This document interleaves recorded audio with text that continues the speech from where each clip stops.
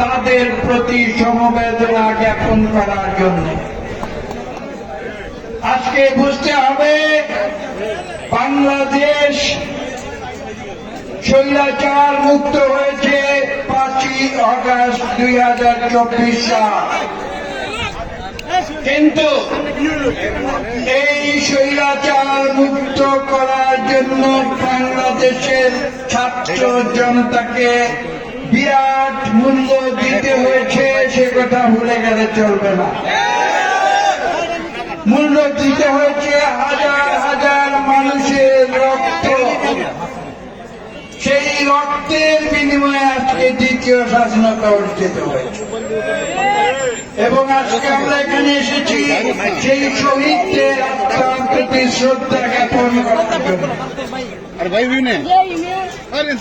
এখানে একটি কথা আপনাদের স্মরণ করিয়ে দিতে চাই, সেটা হচ্ছে আজকে থেকে 53 বছর আগে বাংলাদেশ স্বাধীন হয়েছিল দুটি উদ্দেশ্যে।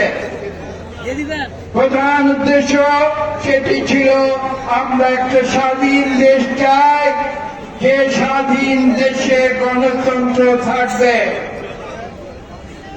বাংলাদেশের তৎকালীন 5 কোটি মানুষ, তারা তখনকার পূর্ব পাকিস্তান, তারা উপলব্ধি করেছিল যে পাকিস্তানের অবকাঠামোর ভিতরে গণতন্ত্র হতে পারে, এবং সেই কারণে এটা নিশ্চিত করেছিল মুক্তিযোদ্ধারা যে আমরা একটি স্বাধীন দেশ গঠন করব, সেই স্বাধীন দেশে গণতন্ত্র থাকবে। এই দেশে একটি স্বৈরাচারী সরকার বিগত 15 বছর ধরে কি করেছে? তারা স্বাধীনতা বিরোধী কাজ করেছে, যদিও তারা মুখে স্বাধীনতার বলে আওয়াজ। তারা বাংলাদেশ থেকে গণতন্ত্রকে হত্যা করেছে, বাংলাদেশ থেকে গণতন্ত্রকে নির্বাসনে দিয়েছে, এবং তারা এদেশে একনায়কত্ব কায়েম করেছিল।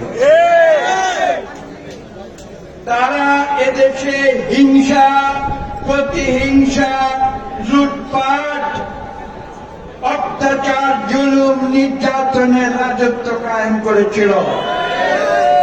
আজকে স্পষ্ট ভাষায় এটা উল্লেখ করতে চাই, বিএনপি তথা বিরোধী দলীয় নেতা কর্মী, দেশনেত্রী বেগম খালেদা জিয়া থেকে শুরু করে বিএনপির তৃণমূলের কর্মী পর্যন্ত এমন কেউ নাই যার বিরুদ্ধে মিথ্যা গায়েবী মামলা দেওয়া হয় না।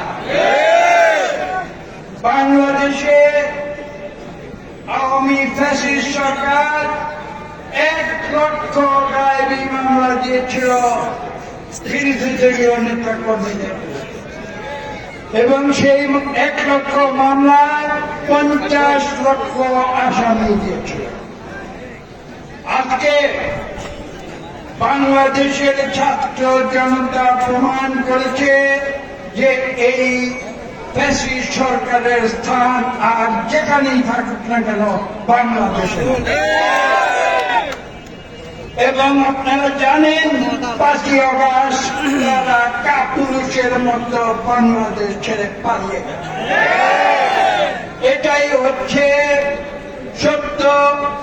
অন্যায় করে কেউ কোনদিন চিরদিন টিকে থাকতে পারে না।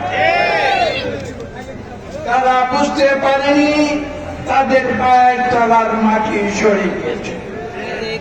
তারা মানুষের মুখের ভাষা কেড়ে নিয়েছে, তারা মানুষের ভোটের অধিকার কেড়ে নিয়েছে, এবং ভোটের অধিকার ব্যক্তি রেখে কোন দেশে গণতন্ত্র হতে পারে না। তারা ভুলে গিয়েছিল, তারা মনে করেছিল এই দেশটি তাদের পৈতৃক সম্পত্তি। এটা হতে পারে না। এই দেশের মালিক হচ্ছে বাংলাদেশের 18 কোটি মানুষ, এবং এই 18 কোটি মানুষ তাদের কথা বলার অধিকার তারা ছিনিয়ে এনেছে, ফিরে নিয়ে এনেছে। তাদের ভোটের অধিকার তারা ফিরিয়ে নিচ্ছে।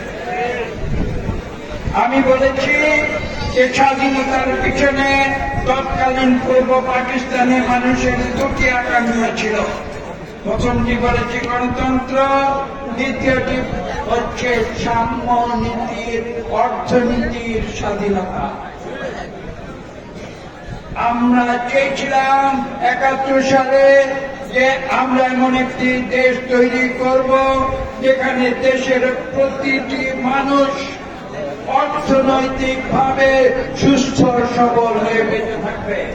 এখানে ধনিক শ্রেণী দরিদ্র শ্রেণীকে তারা লুটপাট করে তাদেরকে দখল করবে না।